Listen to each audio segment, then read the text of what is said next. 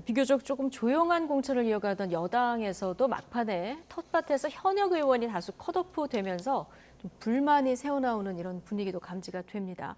특히 홍석준 의원 지역구 대구 달서갑에는 박근혜 전 대통령의 복심이죠. 유영아 변호사가 단수 공천되면서 홍석준 의원 반발이 컸는데요. 자, 정영환 위원장 이렇게 반박했습니다. 발언 듣고 오시죠. 그 데이터로 보면은 점수 차이가 많이 나 있어요. 2등 후보하고.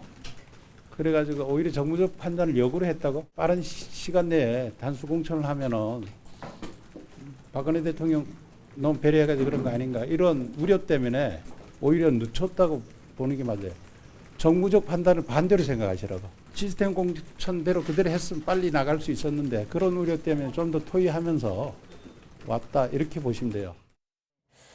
유영아 변호사가 2등 후보 점수 차이가 너무 많이 나서 일찍 발표를 할 수도 있었는데 오히려 정무적 판단을 역으로 해서 늦게 발표를 했다 이런 얘기거든요. 많이 낮다고 하니까 뭐 공관위가 그렇게 점수를 매긴 건 사실일 겁니다. 네. 일단 그걸 전제로 놓고 보면은 유영아 변호사가 꼭 국회에 들어오면 안 되는 인물인가 저는 그런 생각이 들어요. 사실 뭐 상당히 찬반이 있을 수 있는 인물인 네. 것은 맞는데 그 유영아 변호사가 이제 박근혜 전 대통령의 어떤 핵심 참모 거의 유일하게 남아있다시피 하는 핵심 측근으로 알려져 있지 않습니까? 네. 그런데 박근혜 전 대통령도 이제 이미 사면이 됐고 그렇다면은 소위 친박이라고 하는 분들은 국회에 들어오면 안 되는 것도 아니고 친노도 과거에 패족이 됐다가 부활해서 그 민주당 계열 정당의 주류로 다시 등극한 적이 있지 않습니까? 네. 그런 점으로 봤을 때는 뭐 국회에 들어오는 것이 잘못됐다 이렇게 보기도 어렵고 다만 이건 개인적인 생각입니다만은 이 대구 달서갑 지역구는 경선을 했으면 가장 논란이 없고 깔끔했을 것 같기는 합니다. 네. 그러나 어쨌든 공관위가 뭐 시스템에 따라서 평가를 하고 그렇게 결정을 한 이상 그것은 존중되어야 하지 않을까